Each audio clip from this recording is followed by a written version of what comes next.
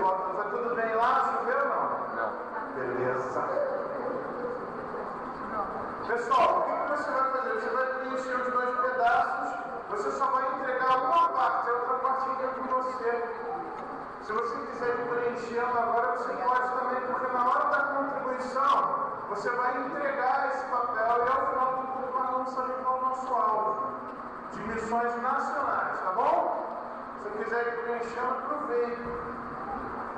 E aí, o dia da entrega da oferta está aqui. Obrigado, hein, Paulo? Ó, tá vendo essa cestinha aqui, meu povo? Na hora da entrega dos dízimos e das ofertas, você vai colocar metade desse papel aqui, na cestinha. Não põe no gasofilácio, tá, gente? É na cestinha, isso, tá bom? Não é no gasofilácio, é na cestinha, tá bom? Então você entrega aí, a gente, os nossos computadores do Ninho vão fazer ali a soma e a gente vai saber qual é o nosso alvo. Tudo bem, meu povo? Ok? Já preenchi o meu, já estou aqui destacando aqui a metade. Eu quero lembrar que esse valor de missões, irmãos, não é para a nossa igreja. Não é para a nossa igreja. Nós enviamos esse valor para aquelas organizações que estão trabalhando com homens e mulheres crentes que estão pelo Brasil pregando o Evangelho naqueles lugares que nós não poderíamos estar. Existem muitos lugares desses no Brasil. Só na Amazônia existem mais de 30.000 comunidades ribeirinhas, 30.000, que não tem trabalho religioso. Não estou nem falando de trabalho evangélico, não tem trabalho religioso. É muita gente. E a Junta de Missões Nacionais envia missionários lá para ir com barco e vai pregando pelas vilas. E essa oferta é enviada também para esse trabalho. Então a gente precisa contribuir, porque esses homens e mulheres abriram mão das suas vidas, se entregaram completamente ao ministério, ao Senhor. Então a gente tem que segurar, tem que sustentar esses irmãos. Tá certo, meu povo? Esse é o nosso objetivo em termos de oferta. Coloquei ali no mural um calendário desse aqui, ó. Esse calendário, ele vai sofrer algumas modificações. Por isso é necessário que você, sempre que chegue na igreja, vá lá no mural e veja os eventos. Porque também eu não quero ficar usando muito do tempo aqui, dos avisos, para falar sobre o que a gente pode ler lá no mural. Então assim, ó, crie o hábito de dar uma lida no que está lá no mural, porque tudo que está lá é importante. Tudo bem? Crie esse hábito. Lá no seminário, muita coisa se fala no mural, porque a gente não usa esse tempo lá na capela. Então, a gente precisa criar esse hábito aqui também, para que a gente possa reduzir esse tempo de aviso. Tá bom? Tudo bem? Amém? Joia. A entrega está no papelzinho, dia 18 de novembro. Aí é a entrega do alvo mesmo, aí a gente vai entregar a nossa oferta. Tá bom? Eu gostaria que nós tivéssemos um tempo especial, hoje, agora, para orarmos por um evento muito importante que começará na sexta-feira. Que evento é esse? É o primeiro congresso da MCA, das Mulheres Cristãs em Ação da nossa igreja. E a gente precisa orar para que Deus fale nesses dias com as nossas mulheres. Para que Deus possa estar abençoando as nossas mulheres. Meu irmão, se você ainda não incentivou a sua mulher para estar nesse evento, você precisa fazer isso, porque vai ser um evento importante. Eu gostaria que nesse momento nós estivéssemos orando por esse evento, pelo primeiro congresso da MCA. Eu queria saber quem gostaria de orar por isso nesse momento. Vem, Márcia, por favor. Vamos ficar de pé, irmãos, vamos orar por isso, de forma específica.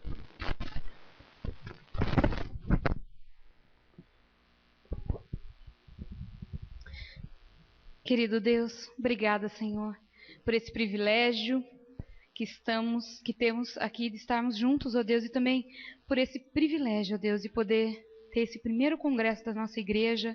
Sabemos que o Senhor que possibilitou que esse evento acontecesse e irá acontecer segundo a Tua vontade, Senhor, porque sabemos que essa é a Tua vontade, Pai, que possamos crescer, que sejamos mulheres mais fortes, mais submissas ao Senhor, ó Pai, em primeiro lugar. E nós pedimos, ó Deus, a Tua bênção ali. Nós pedimos a Tua bênção na vida da Jussara, que será a nossa preletora.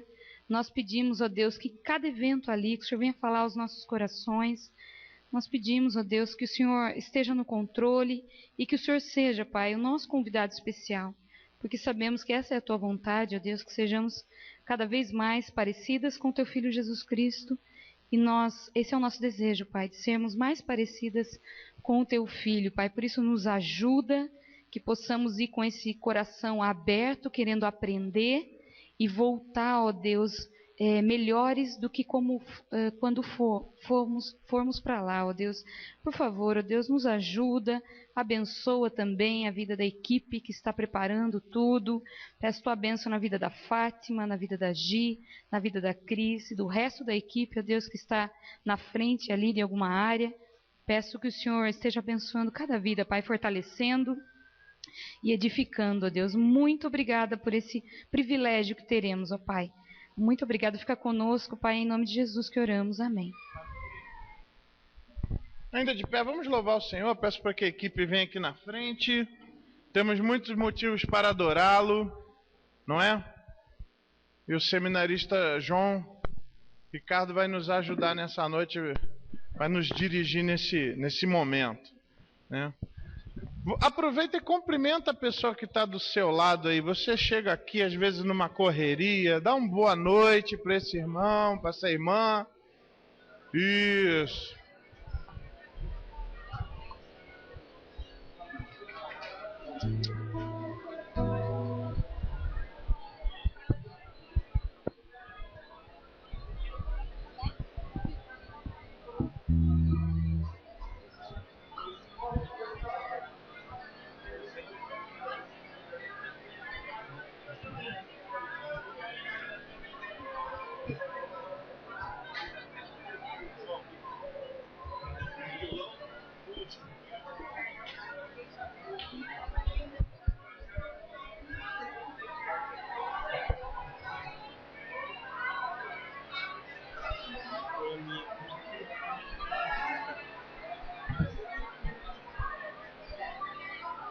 Queridos, boa noite.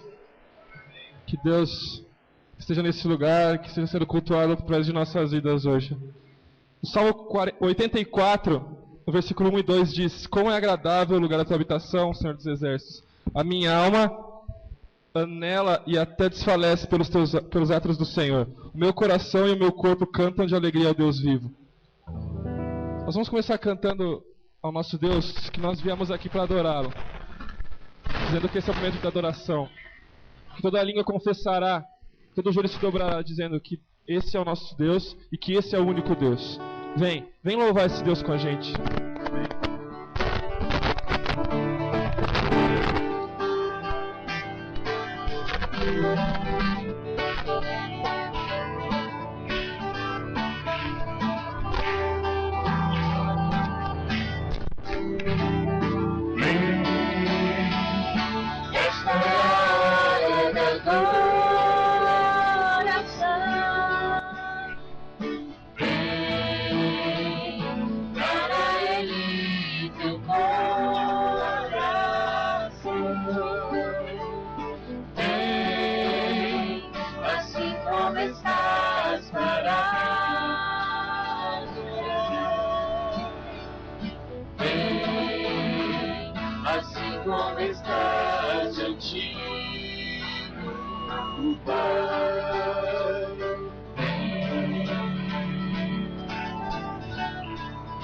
Toda língua confessará o Senhor, todo joelho se dobrará.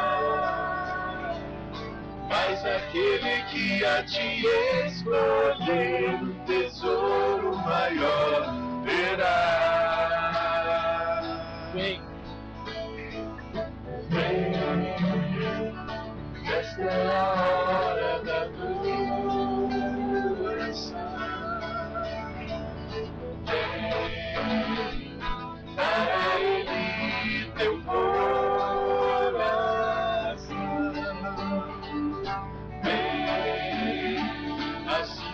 estás parada. Vem, assim como estás de ti, vem. Toda língua confessa que Ele é Deus. Toda língua confessará o Senhor, todo joelho se dobrará, mas aquele que há de escolher o tesouro maior terá. Toda língua confessará o Senhor, todo joelho se dobrará, mas aquele que há de escolher o tesouro maior terá. Vem.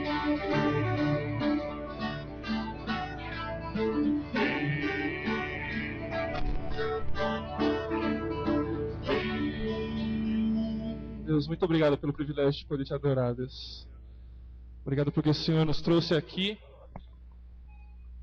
nos tirou das nossas casas, Deus, para te louvar realmente, e que nossos corações estejam dispostos a te louvar, Deus, a exaltar o teu nome, entrar na tua presença com sacrifício de louvor, Deus.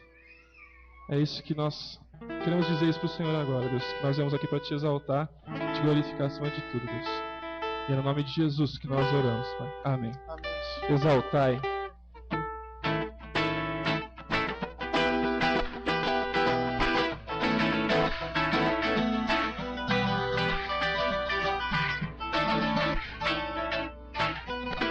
Entrarei em tua presença, sacrifício de louvor, com canções eu te exalto, bendito seja o Senhor, toda glória eu te darei, do pecado me livraste.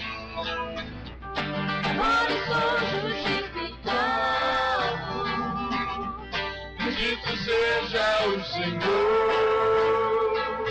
exaltai, engrandece seu nome, exaltai, ao Senhor louvai, exaltai, engrandece seu nome, e a Ele sim louvar.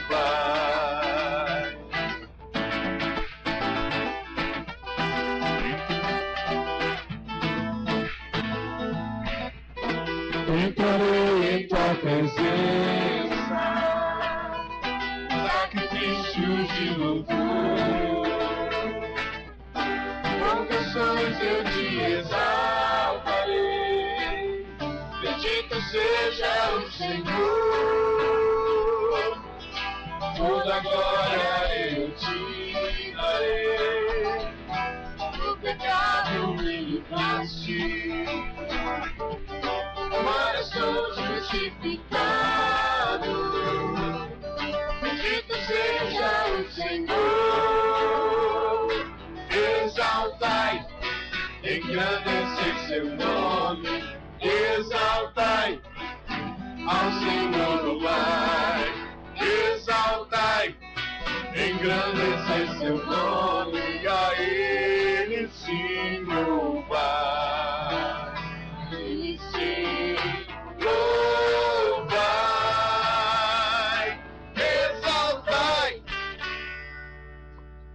Efésios 2, capítulo 8 e 9 diz que nós somos salvos pela graça.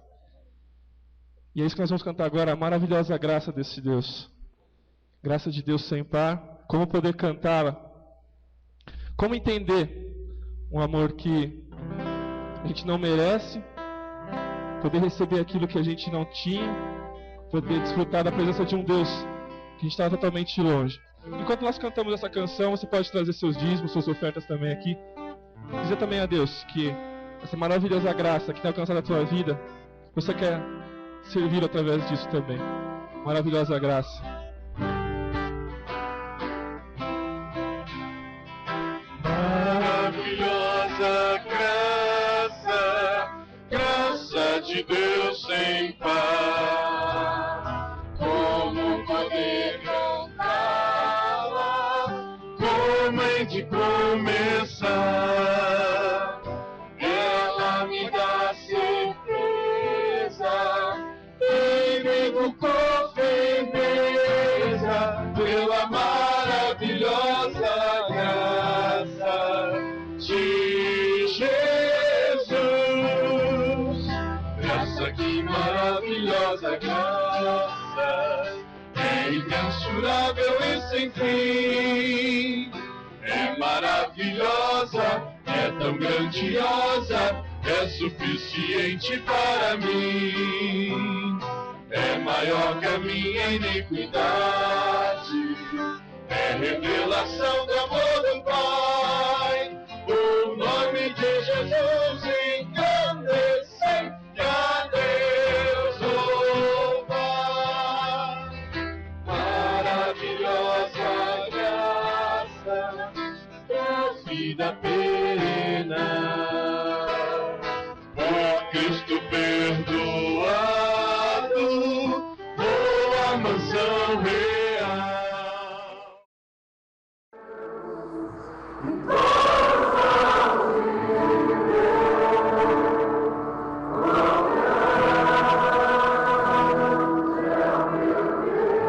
Senhor, nosso Deus, nosso Pai, nós te adoramos, Senhor, por quem Tu és, pela Tua grandeza e majestade. Te louvamos, ó Deus, pelo Teu amor, pela Tua bondade. Te louvamos, ó Deus, porque sabemos que Tu é um Deus pessoal que se importa conosco. Ó Deus, nos traz alegria podermos falar contigo, Senhor. E, ó Deus, nós queremos colocar diante do Senhor a nossa gratidão por cada vitória, por cada privilégio que temos recebido das Tuas mãos. Ó Deus, temos sido tão abençoados pelo Senhor. Temos sido, ó Deus, protegidos pelas Tuas mãos. Nós pedimos, Senhor, em nome de Jesus, que o Senhor aceite o nosso louvor, aceite a nossa gratidão, o nosso muito obrigado.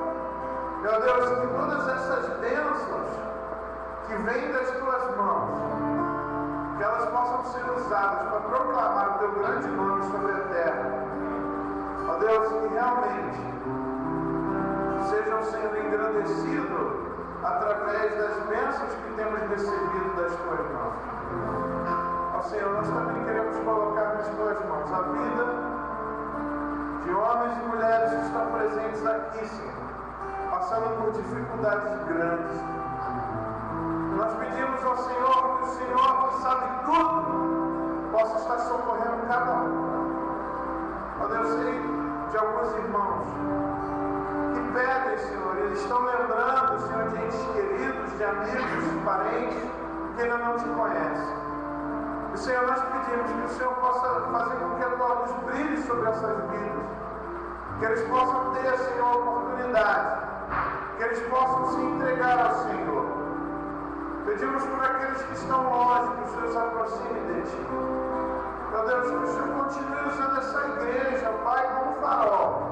Continue usando essa igreja, Deus, como proclamadora do verdadeiro Evangelho. Ó Deus, que o Senhor possa estar abençoando aqueles que estão enfermos. Te louvamos, Senhor, porque hoje a gente pode estar com o Luan aqui, que passou por uma cirurgia e o Senhor protegeu, o Senhor abençoou. Te louvamos por esse livramento que Tu deu ao Teu servo, porque ele pode estar aqui, Senhor, junto com a gente Te adorando. Te louvamos também, Senhor, porque o Senhor tem abençoado o Teu povo, protegendo nos caminhos, nas viagens. O Senhor tem abençoado a gente, nos dando respostas. Pedimos que o Senhor continue abençoando, Senhor, os enfermos, aqueles que estão passando por dúvidas. Ó Senhor, que o Senhor possa estar suprindo. Pedimos por aqueles que estão passando por dificuldades financeiras também, que o Senhor os abençoe. Aqueles que estão passando por problemas familiares, ó Deus, o Senhor estabeleça uma verdade. O Senhor estabeleça, ó Deus, harmonia. Que o o Senhor seja o centro de cada família. Senhor, continue conduzindo esse culto da forma que te apraz. Pedimos a tua graça sobre esse momento. Pedimos que o Senhor continue conosco. Em nome de Jesus que oramos. Amém. Há algum tempo nós temos estudado com os adolescentes sobre os atributos de Deus. E hoje a gente estudou sobre a imutabilidade desse Deus. Um Deus que a gente pode confiar. Diferentemente de nós, seres humanos, Ele não mente, Ele não muda, Ele cumpre as suas promessas. Mesmo que muitas vezes a gente se sinta triste, fica sozinho, sofra, Deus Ele continua lá. Deus nunca disse que nós seremos ricos ou que teremos tudo que a gente gostaria de ter. Mas Deus disse que nunca deixaria faltar nada, deixaria de faltar comida, estaria sempre com a gente. O principal, que nos daria salvação. Esse é o Deus que está sempre com os olhos sobre nós, sempre atento à nossa vida, nos ama e a gente pode confiar nele. Nós vamos cantar isso agora. Deus é um Deus de promessas, Deus não é um homem da vida. Não posso passar do forno. Eu sei que está comigo. É o nosso Deus perfeito.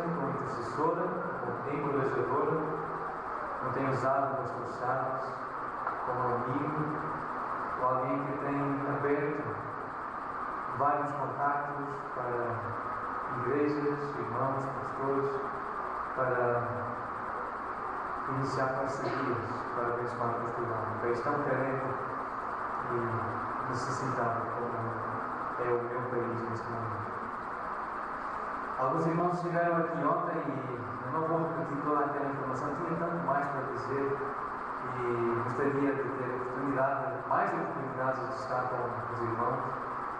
O pastor Darcy Borowski roubou uma dessas oportunidades, que era hoje de manhã, e não tinha tanto para dizer. Na verdade, eu trago aqui 3 sermões para apresentar, já há 3 horas para apresentar. Ele sabe que o pastor Charles, não sei o que eu vou comer ainda, agora já sei, tá? E mais de 3 horas, ainda tenho tanto para partilhar com os irmãos. Mas ontem fiquei ainda na dúvida, mas eu falei um pouco, os irmãos conhecem um pouco do projeto que estiveram, o pastor Charles está acompanhando com detalhe, vai ver informação ali fixada no mural, por e-mail também estará disponível.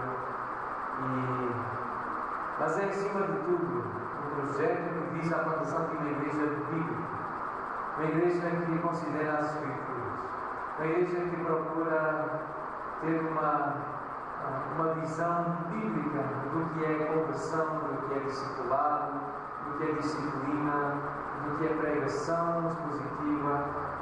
É uma igreja que será caracterizada pelas 9 marcas de uma igreja saudável. Quem conhece este livro de Marco Dever e já leu, e se não conhece, leia, vale a pena, livro excelente. E estes são os planos. Um plano para 3 anos, até 2015, começando agora, nesta altura, mas especialmente com força em 2013, e o desejo é em 2015 ter uma igreja plantada em naufragia. Isto em junho de 2015, para em julho de 2015, portanto, um mês depois, identificar um novo projeto missionário. Identificar uma nova equipa missionária que vai ser enviada para esse novo projeto missionário, a plantação de uma nova igreja. Portanto, esta igreja está a nascer com o propósito de plantar novas igrejas. Esta é a visão que Deus nos deu. Esta é a visão bíblica. Foi assim que o apóstolo Paulo plantou a igreja. E queira Deus que seja assim. Não sei o que vai acontecer daqui a 3 anos, de facto eu não sei. O que eu peço ao Senhor, peço que os irmãos peçam comigo e com a minha família, que o Senhor nos dê a graça de um dia podermos voltar aqui para relatar tudo quanto Deus fez connosco, abrindo a porta da fé aos portugueses para a sua glória. E um dia queremos voltar aqui e relatar essas coisas. A vossa visita será sempre muito bem-vinda e importante lá em Portugal. Receber visita de irmãos brasileiros, essa visita vai nos encorajar. Os irmãos vão ter a oportunidade de ver em loco, sentir a realidade e trazer um relatório também, trazer fotos, partilhar o que sentiram, o que viram.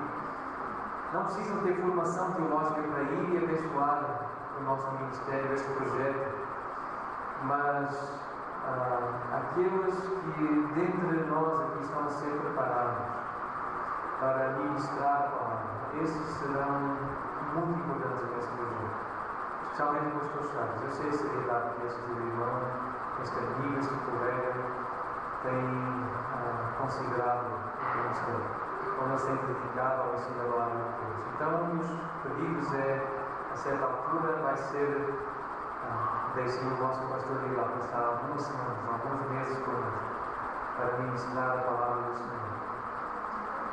Mais uma palavra de agradecimento pela forma como nos receberam, uma forma pouco ortodoxa, mas os irmãos que estiveram ontem ouviram as razões que nos levaram a fazer este pedido assim, sui generis, bem diferente, mas nós estamos num momento muito sensível na relação com as igrejas em Portugal. Já houve o desejo de desistir, de abandonar a convenção e de nos desligarmos de qualquer igreja em Portugal, mas Deus tem-nos incomodado e dito: bom, fique, permanece. Pode ser que nós sentimos que há esperança e expectativa que Deus nos use para transformar o instrumento, não apenas nós, mas influenciando outras pessoas para transformar a denominação batista em Portugal e influenciar positivamente e ser luz, e ser sal naquela terra e ser modelo, ser um exemplo. Eu fiquei impressionado. Essa era outra mensagem mas pegar em todos os textos do Novo Testamento em que somos encorajados, somos exortados, ou somos definidos como exemplos para os demais. Quantas vezes o próprio apóstolo Paulo se apresentou como um exemplo? Imitem-me, imitarem-me, sigam os meus passos, sigam o meu exemplo. Pedro diz que os pastores devem ser um modelo para o rebanho. Modelo é padrão, é olhar para o pastor, é olhar para o missionário, é olhar para o irmão que tiver o trabalho e dizer: oh, aqui o exemplo que eu quero ser.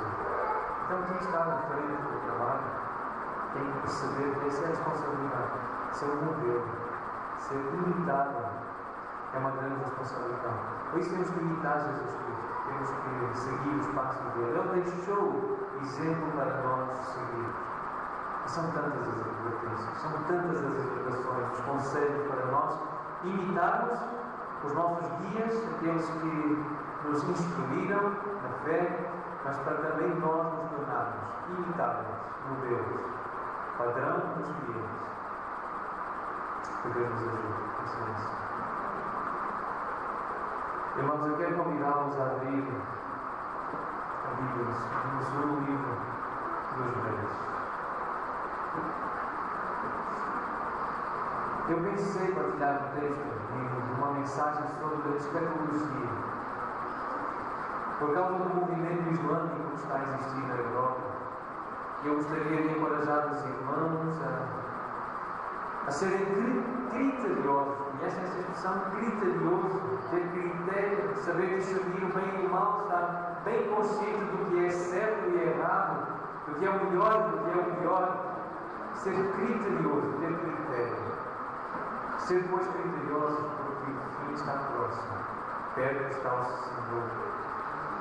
E eu pensei, gostaria de ter a oportunidade para partilhar essa mensagem com os irmãos, porque abençoou muito no coração desse estudo.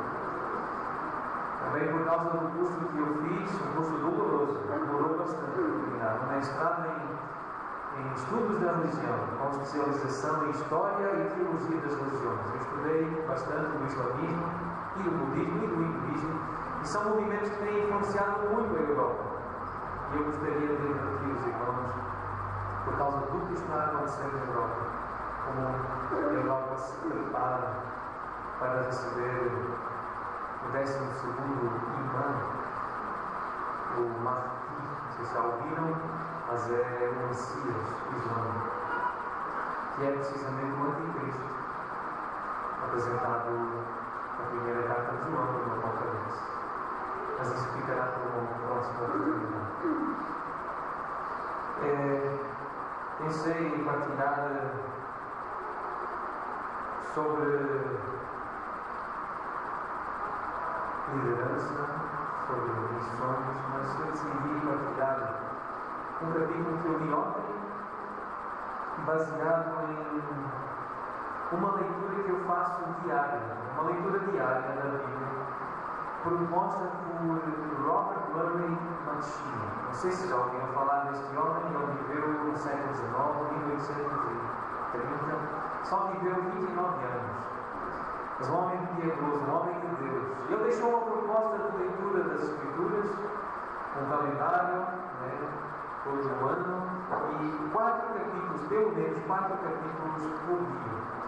E ao seguir essa proposta de leitura, que está bem acessível na internet, plano manual de leitura, Robert Murray M'Cheyne, escocês, pastor escocês, vão ver que, seguindo esse plano de leitura, dá para ler o Velho Testamento uma vez, o Novo Testamento 2 vezes e o livro dos Salmos 2 vezes.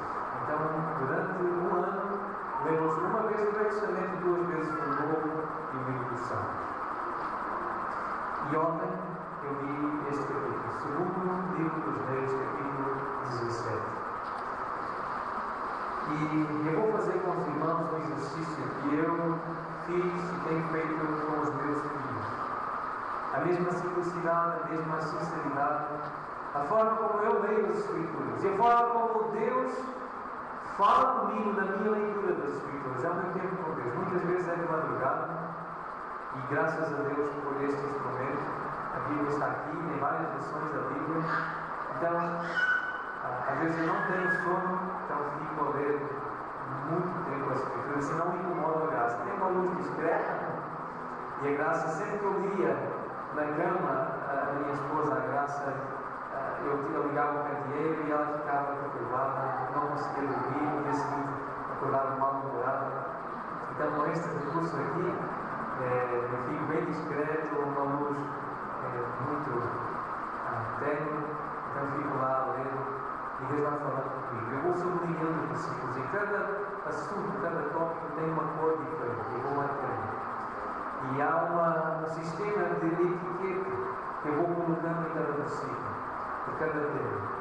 Então eu recentemente comecei esse exercício com os meus filhos. Eu vou lendo o capítulo e vou dizendo como é que eu leio. E vou partilhando a forma como sinto Deus falar, como é que Deus fala. Então eu vou pensar algo com os irmãos. Como eu pensei ontem, vou pensar aqui de novo. Eu vou ler este capítulo, vamos ler juntos este capítulo e deixar que Deus fale, que a palavra de Deus fala. E então eu peço que com toda a atenção, toda a reverência, acompanhemos a leitura do segundo livro dos Reis, capítulo 17. Estamos no ano, pelo menos reporta-se ao ano 732. Isto não está no texto bíblico, mas é entre 732, 31 até 722 antes de Cristo. No ano 10º de Acaz, rei de Judá, começou a reinar Oseias, filho de Elá. E reinou sobre Israel e Samaria 9 anos. Fez o que era mau perante o Senhor, contudo não como os reis de Israel que foram antes dele. Então, irmãos, à medida que eu for lendo, eu vou parar em alguns versículos e vou fazer algumas reflexões, são aquelas que eu faço quando estou a ler a Bíblia.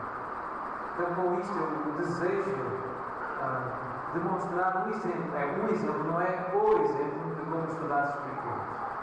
Mas foi a forma como, estudando as Escrituras, Deus levou-me a desenvolver um projeto missionário de implantação de uma nova igreja. Foi ao ler as Escrituras desta forma.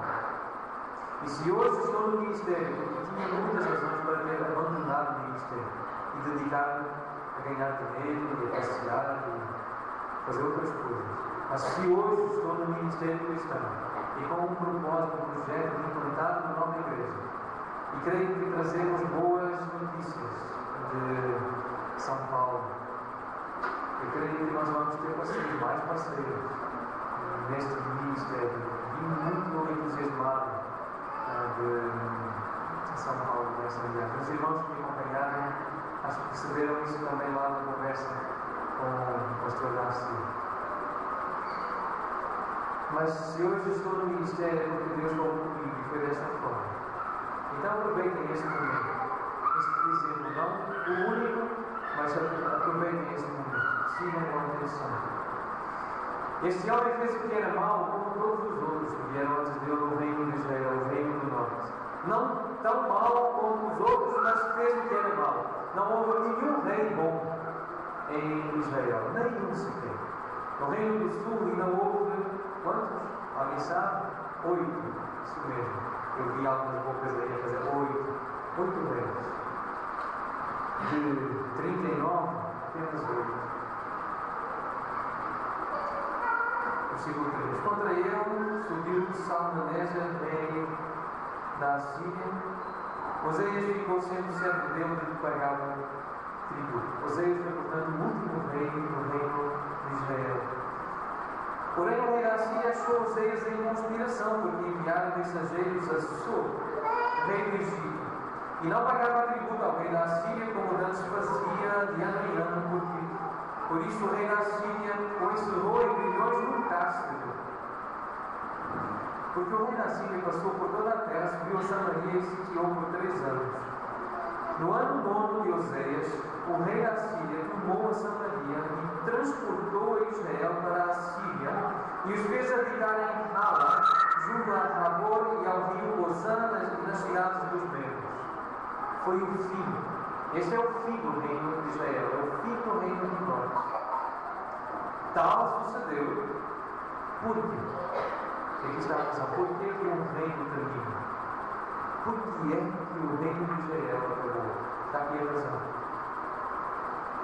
Porque os filhos de Israel pecaram contra o Senhor, seu Deus, que os fizera subir da terra do Egito.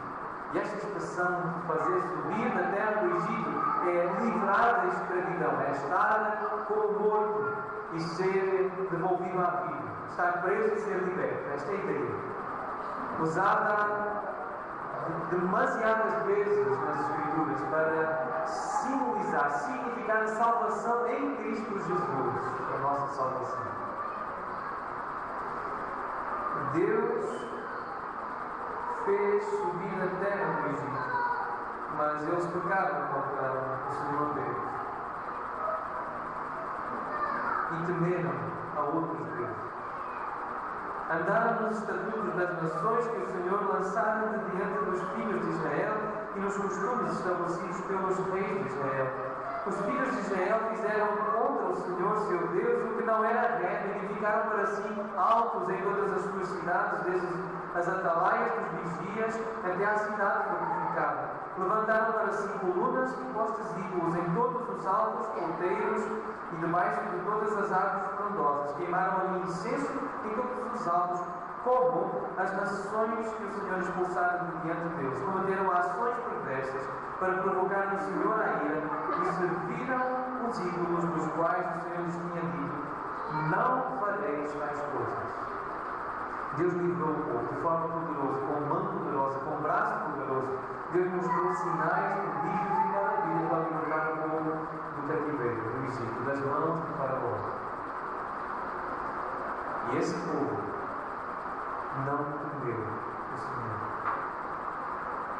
Esse povo começou a adorar outros deuses, a seguir ídolos, a levantar altos, a preparar lugares de culto, a enfeitar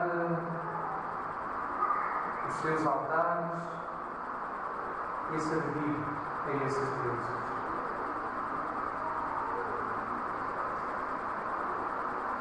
É triste ouvir falar de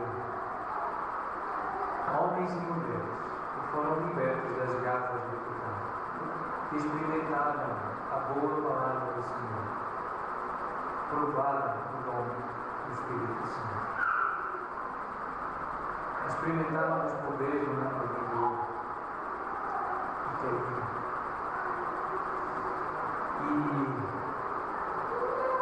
E levantam pequenos altares na sua sala, um móvel muito bonito, moderno, com um ecrã bem plano, com uma imagem bem nítida.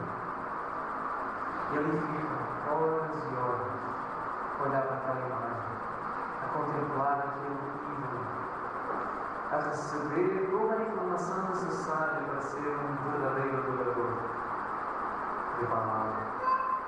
Belzebu, Astarote, Asmodeu, Leviatã, grandes dominadores deste mundo tenebroso, que influenciam a imoralidade sexual, que influenciam para a ganância, para a gula, para a inveja, para a ira. Tudo bem ali naquela imagem, com alta definição.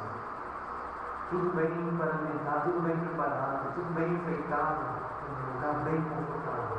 Que lá está a imagem a ser adorada, reverenciada, horas e horas, dias e dias.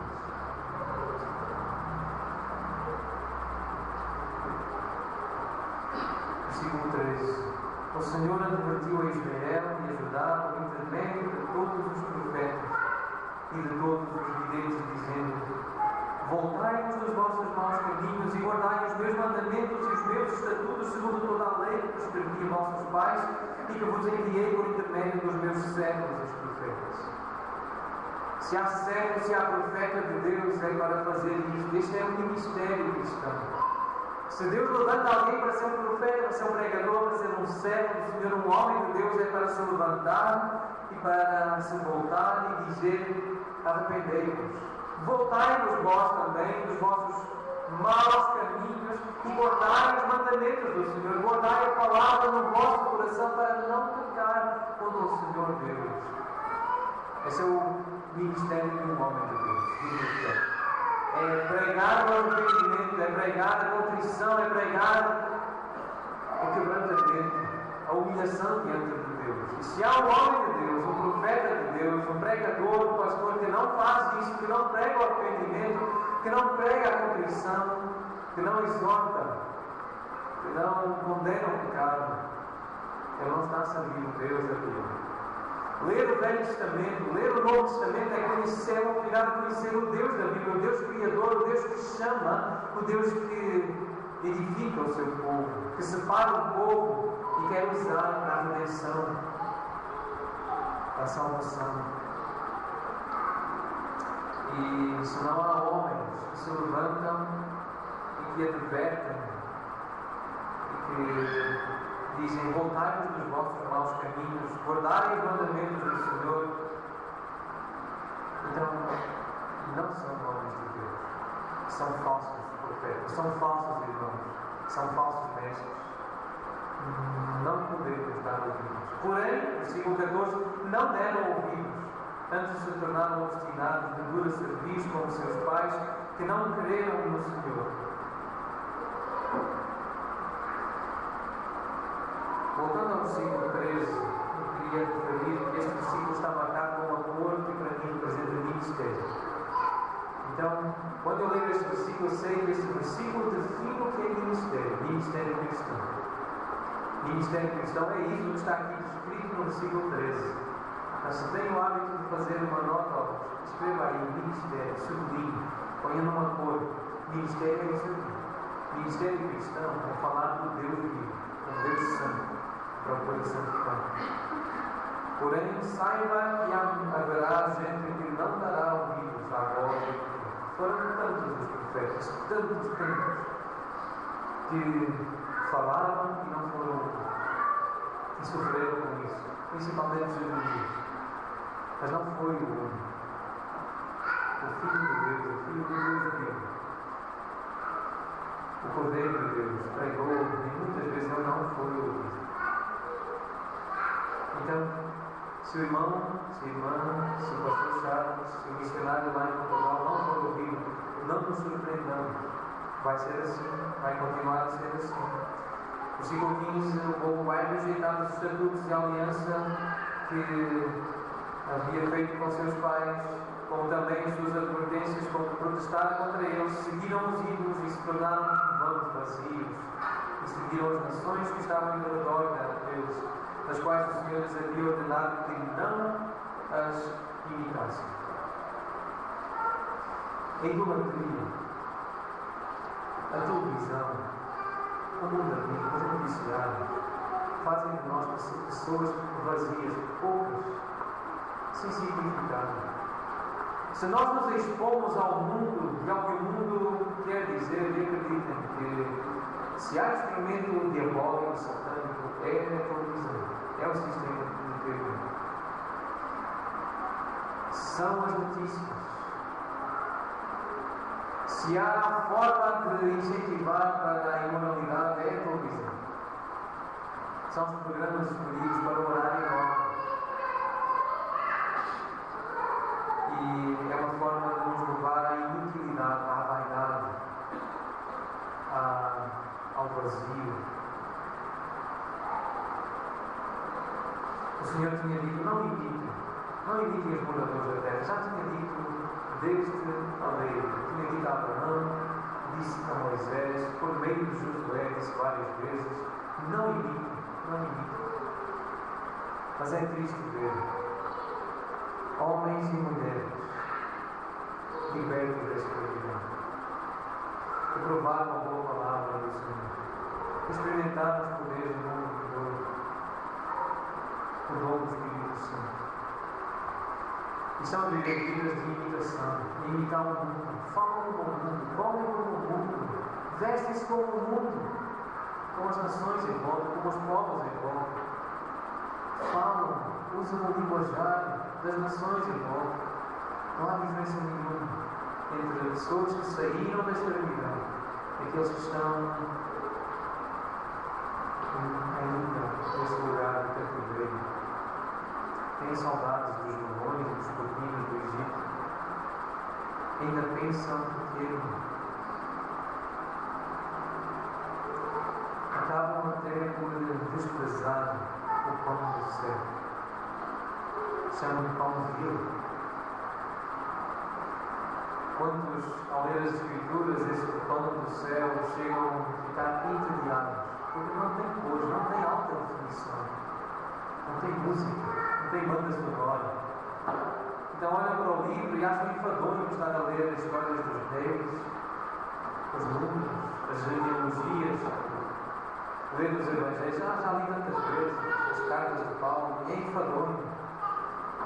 Chegam a ter ânsia.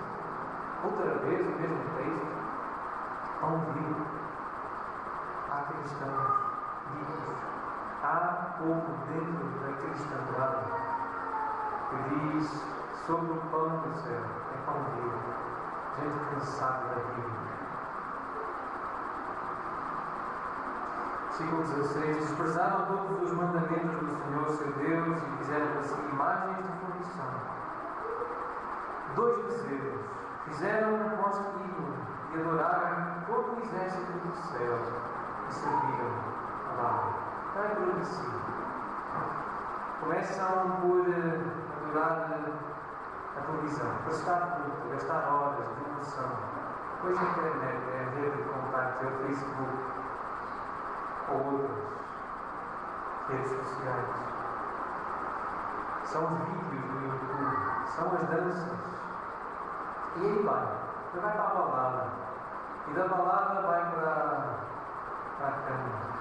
E da cama vai para a droga, e da droga vai para o álcool, vai para a rua. E depois vai para o terreno de macumba, vai mesmo para o centro espírita, vai para o satanismo e adora deliberadamente a Satanás.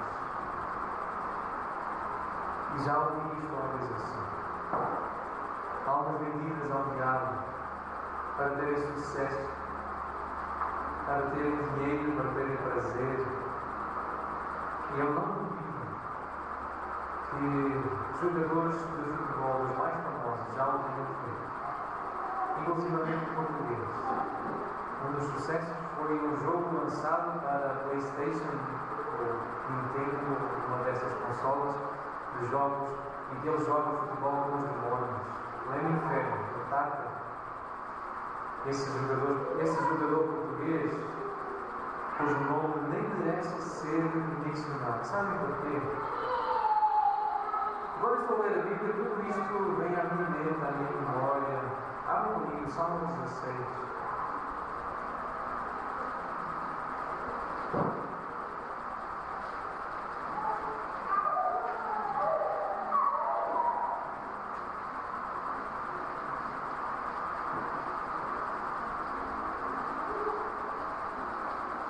Versículo 4.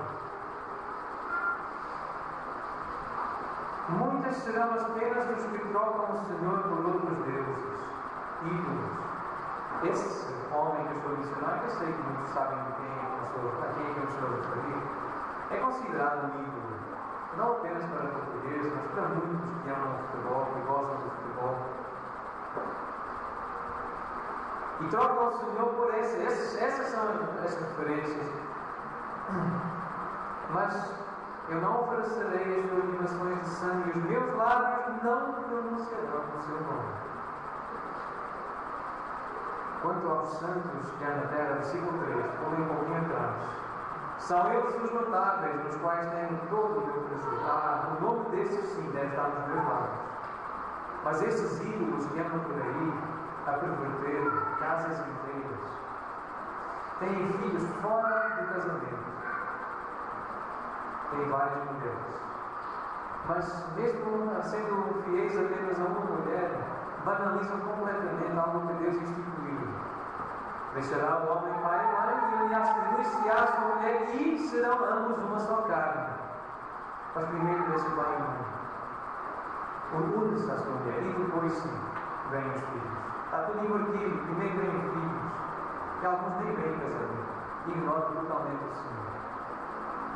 E são ídolos. E têm seguidores, às vezes, nas próprias igrejas.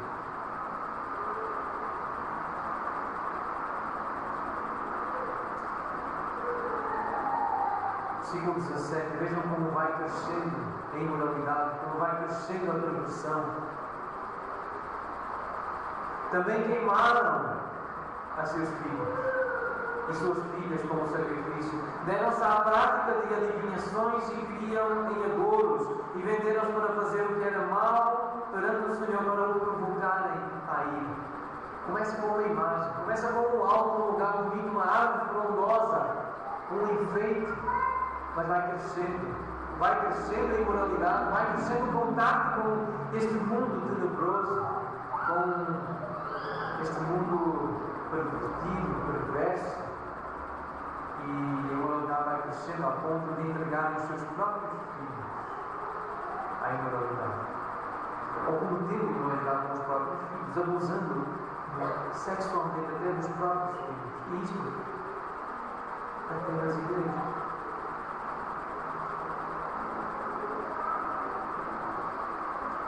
Versículo 18.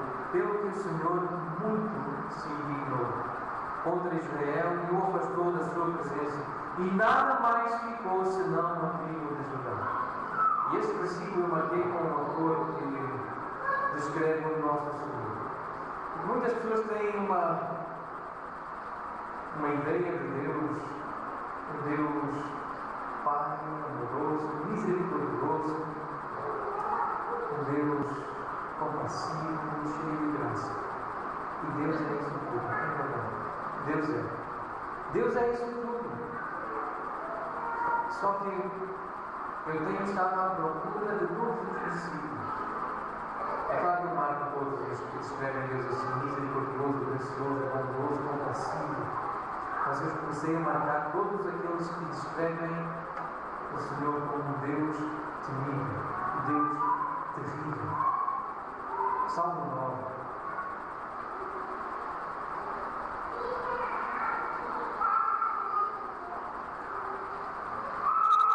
Versículo 20. Infunde-lhe o Senhor o medo. Saibam as nações que não passam de montanhas. Senhor, infunde, desperta medo, terror no povo. Deus mostra como tu és um Deus santo e temível, um Deus grande que se irrita, que se ira, que muito se indigna, que fica furioso. E essa é a expressão para temor de Deus. Muitas vezes o Deus temível é um Deus que se ira, um Deus que fica irritado. E a ideia é que as narinas dele se alargam. Já viram alguém furioso, um touro furioso? Às vezes até nós mesmos, quando começamos a respirar, estamos irados, as narinas. Essa é a ideia do artefato, aquela respiração forçada. Essa é a descrição do Deus, nosso Deus fica assim. E não muitas vezes. E é com idolatria. Então Deus é um Deus temível. Deus é um Deus que deve ser temido. Ele muito se indigna contra o seu povo.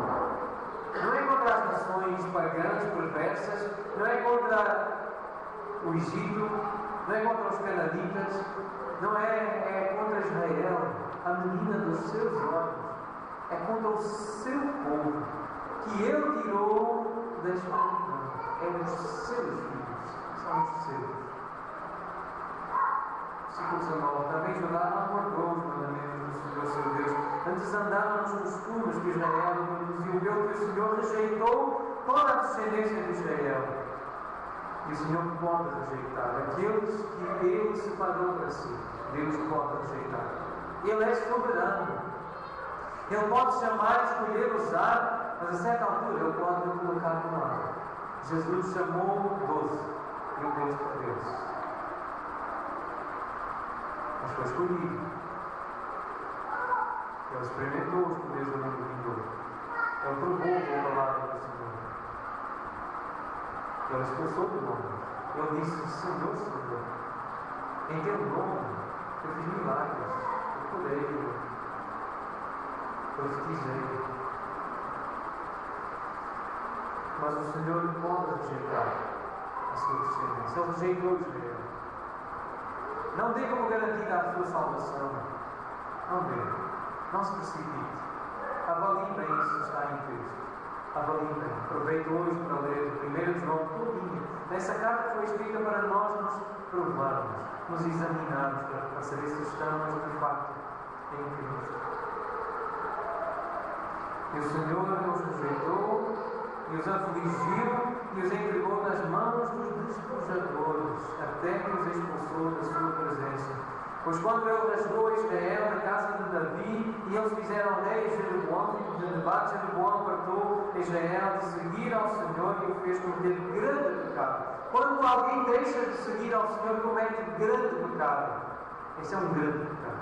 Se alguém deixa de vir aqui a este lugar para ouvir conselhos do Senhor, abandona o Senhor, saiba que comete um grande pecado.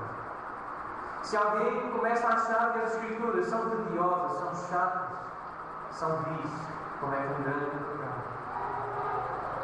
Assim andaram os filhos de Israel, assim têm andado muitos filhos dignos de Deus. Em todos os pecados de Jeroboão, e ele tinha cometido, nunca se apartaram deles, até que o Senhor afastou Israel da sua presença. Deus os lançou fora da sua presença, como falaram pelo ministério de todos os seus servos, os profetas. Assim foi Israel transportado da sua terra para a Síria, onde permanece até ao dia de hoje. Mais um versículo marcado com a cor de ministério. Está aqui descrito o que é ministério. Deus fala por meio dos seus servos, os profetas. E Ele fala a palavra dele, Ele fala para levar as pessoas a ouvirem o Senhor, a seguirem as suas leis. E quando não ouvem, o Senhor o lança fora da sua presença. Versículo 24. O rei da Síria trouxe gente da Babilônia, de Cuta, de Ala, de Ramá e de Sefarvaim, e a fez habitar nas cidades de Samaria em lugar dos filhos de Israel. Tomaram posse de Samaria e habitaram nas suas cidades. E por causa disso, o povo de Samaria tornou-se um povo desprezado pelos judeus, a tribo de Judá. Por causa desta mistura de vários povos, uma forma de profanar o povo de Deus. E por isso entendemos melhor o Novo Testamento, porque é que havia essa diferença, essa incompreensão, essa rejeição dos judeus em relação aos samaritanos. Por causa disso, quem é que foi habitar para Samaria? Vários povos. Povos violentos, povos perversos, imorais, foram colocados nesse território. Povo idólatra. A princípio, quando passaram a habitar ali, não temeram o Senhor. Então mandou o Senhor para o meio deles leões, dos quais mataram alguns do povo. Quando o Senhor encontra um povo que não o teme, saibam que Deus vai dar lugar para que aquele que ruge como um leão possa devorar. Deus vai permitir. Se Deus não encontrar homens e mulheres que o temam, Deus vai permitir que o devorador chegue e que devore. Deus vai fazer isso. Deus é um Deus que temido. Nós temos que temer o Senhor. Senão Ele soberanamente vai mandar, Ele pega e demônios. Ele ordena que assim seja feito. Que instrumentos malignos vão lá e destruam. Que o leão vá e devore. É o Senhor que faz. É o Deus da Bíblia que faz. É o Deus que nós conhecemos.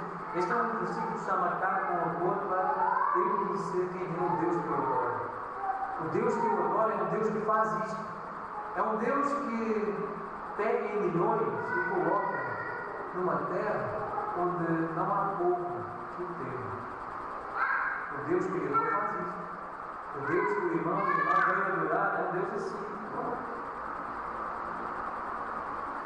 Pelo que se disse ao rei da Assíria, as gentes que transportaste e fizeste habitar nas cidades de Samaria não sabem a maneira de servir o Deus da terra. Por isso enviou ele leões para o meio delas, os quais as matam, porque não sabem como servir o Deus da terra. Tiveram algum discernimento, não é? Este povo, apesar de perverso e imoral, mas conseguiram discernir e perceber a razão por que estava a acontecer aquela devastação na sua terra. Então o rei da Assíria mandou dizer: levai para lá um dos sacerdotes que de lá trouxestes, que ele vá e lá habite e lhe ensine a maneira de servir o Deus da terra. Este é um versículo que está marcado com essa cor para ministério. Aqui está descrito o que é ministério cristão. Um sacerdote, um homem de Deus, um profeta, um mestre, que vai para essa terra para ensinar a maneira de servir ao Deus de toda a terra. E se nós queremos identificar entre nós, pastores, presbíteros, homens de Deus, líderes, nós temos que identificar homens que façam isso, que conheçam a maneira de servir o Deus da terra, que sirvam o Deus da terra, para poderem ensinar a servir ao Deus de toda a terra. Foi, pois, um dos sacerdotes que haviam levado de Samaria e habitou em Betel e lhes ensinava como deviam temer o Senhor. Mas se há uma coisa que um homem de Deus deve fazer, é ensinar o povo a temer o Senhor. Fazer isto que nós estamos a fazer. Conhecer o Deus Criador, o Deus de toda a terra, o Deus que nos uniu. Porém, cada nação fez ainda os seus próprios deuses nas cidades em que habitavam, e os puseram nos santuários, nos altos que os samaritanos tinham feito. Quando leio este texto, dá uma vontade de suspirar, de dor, de dizer: outra vez,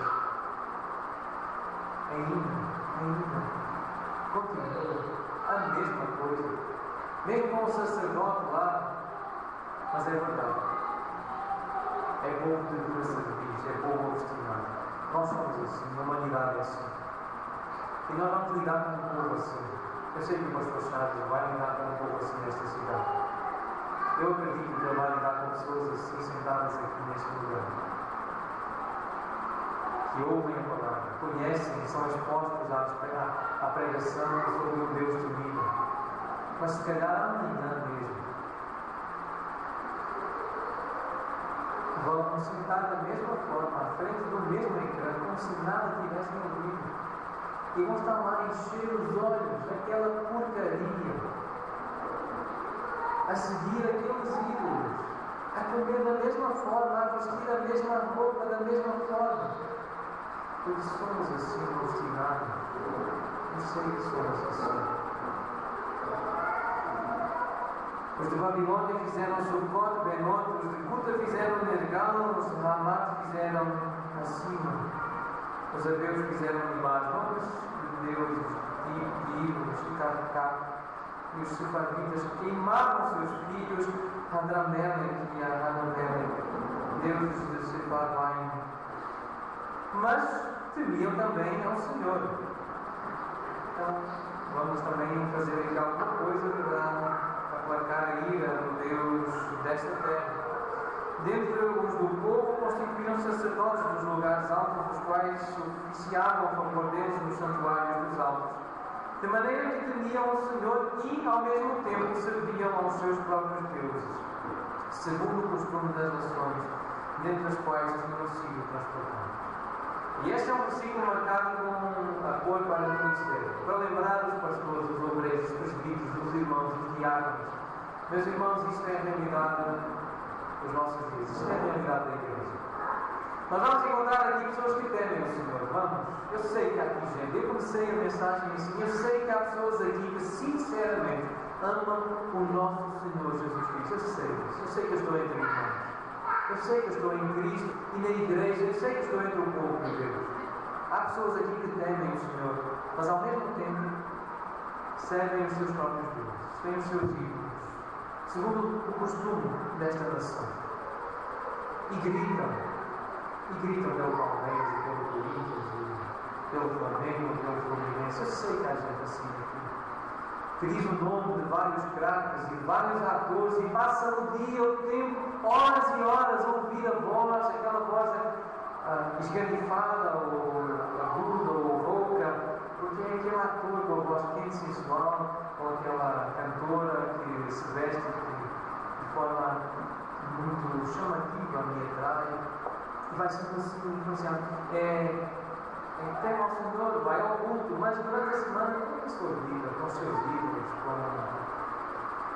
os seus deuses, como o mundo, com as nações ao redor.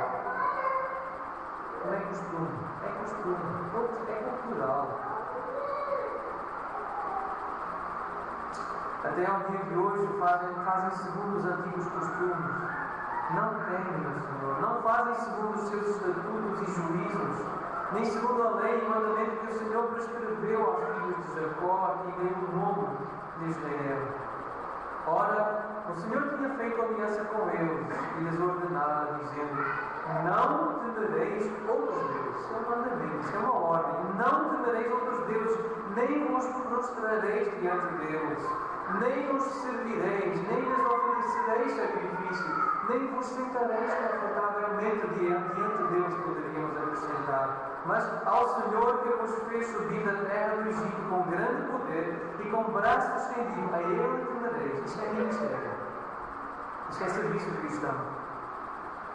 É temer o Senhor que nos fez subir da terra da escravidão com grande poder e com braço estendido.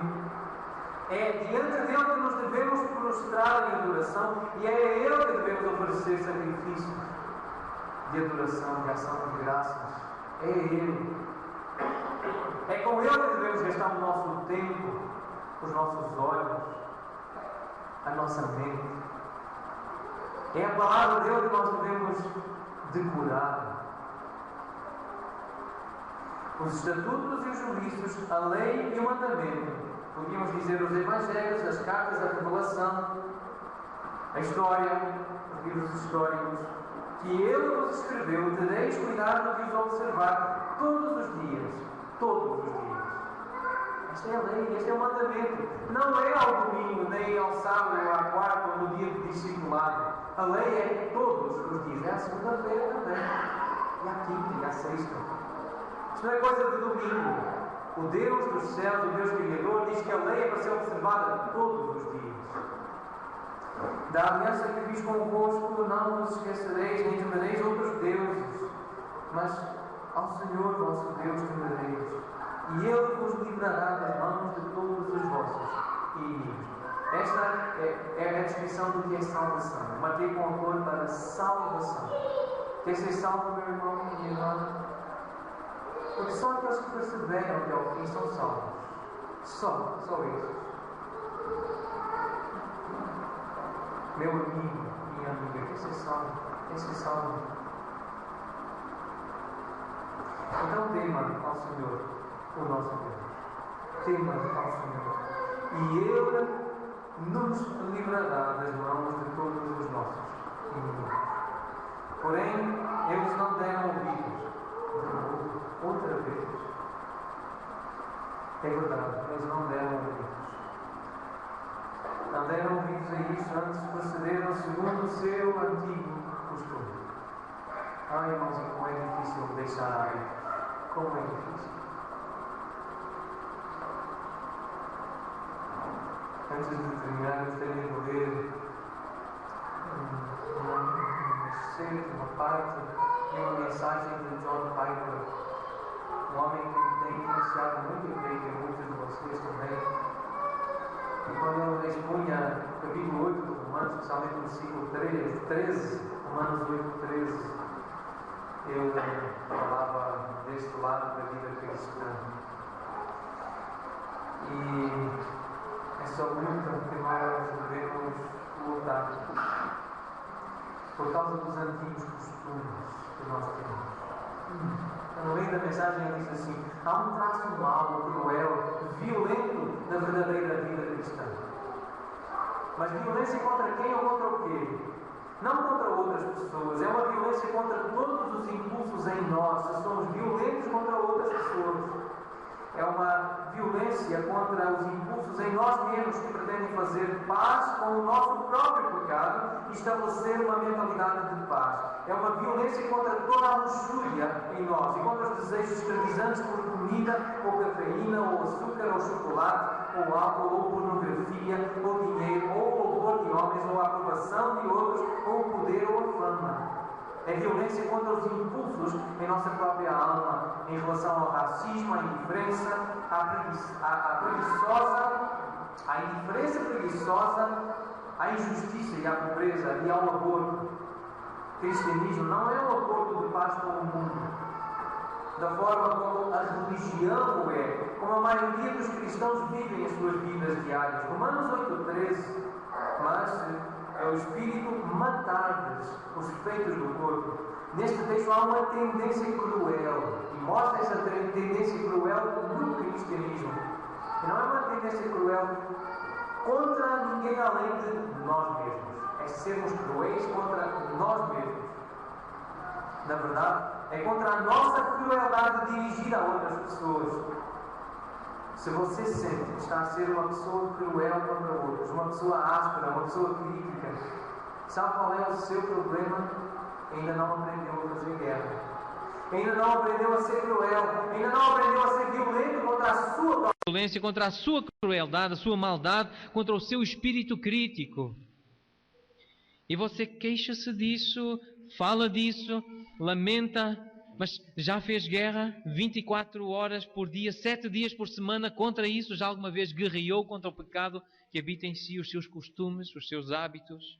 Já guerreou? Já fez guerra? Versículo 41 de novo do capítulo 17, segundo livro dos Reis. Assim, estas nações temiam o Senhor e serviam as suas próprias imagens de escultura, como fizeram seus pais. E vejam como é dramático, como é doloroso a parte final deste versículo.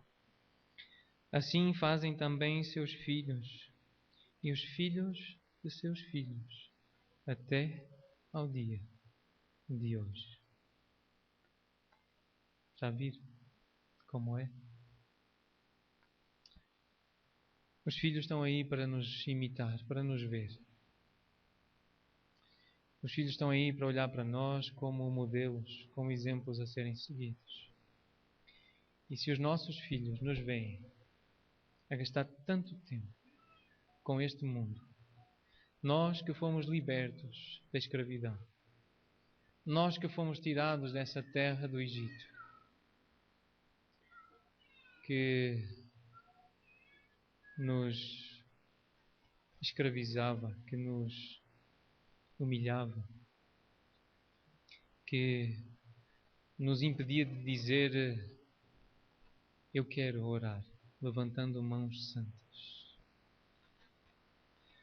Nós que fomos libertos dessa terra e voltamos às mesmas práticas, aos mesmos costumes, e servimos ao Senhor, mas ao mesmo tempo servimos os outros deuses. Esses deuses que estão por aí, esses ídolos, os nossos filhos estão a olhar para nós. Há uma geração para redimir, para salvar. Há uma cidade para conquistar para o Senhor Jesus Cristo. Eu sei que o vosso projeto, o vosso alvo, a vossa missão é ganhar Serra Negra para Jesus. Irmãos, mas não é dessa forma. Não é com idolatria. Não é com essa mistura. Não é conversando do futebol e de comida e de roupas sensuais. Não é assim. Eu sei que esta igreja está muito melhor do que outras que eu vi, que eu visitei. Mas, irmãos, ainda há coisa para limpar aqui dentro. Ainda há muita coisa para limpar. Há muitos olhos para purificar. Há muitas mãos para lavar. Muitos corações para santificar. E para o Senhor usar nesta terra. Deus vai querer purificar. 2 Timóteo capítulo 2.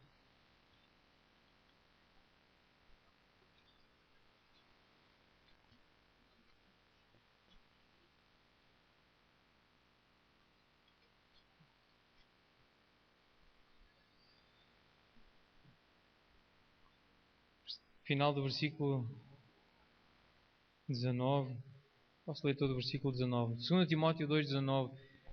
O firme fundamento de Deus permanece. Querem conhecer Deus? Então ouçam. Esse é o firme fundamento. Este é o selo. O Senhor conhece os que lhe pertencem. Aparte-se da injustiça todo aquele que professa o nome do Senhor. Ora, numa grande casa não há somente utensílios de ouro e de prata, há também de madeira e de barro, alguns para honra, outros, porém, para desonra.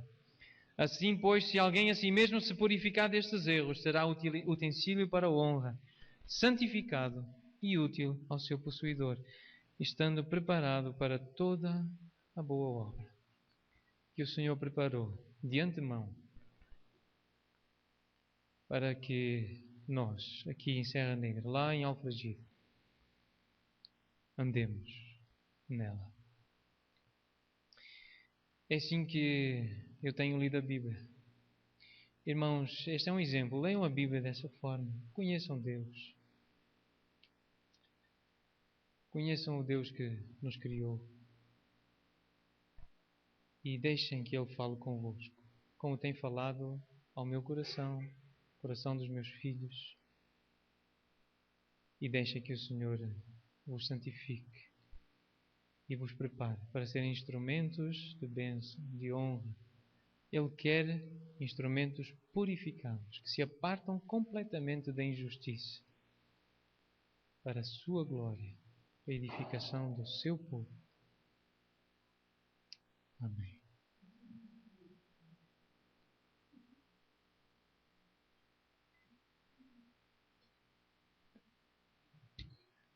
Que bênção, né? Eu quero sugerir para os irmãos uma aplicação dessa mensagem. E eu gostaria de ver mais pessoas aqui na quarta-feira, no culto de quarta-feira. Só tínhamos 20 pessoas aqui no culto de quarta-feira. Culto de oração. Precisamos orar, buscar intimidade com o Senhor, falar com Ele. Vamos fazer isso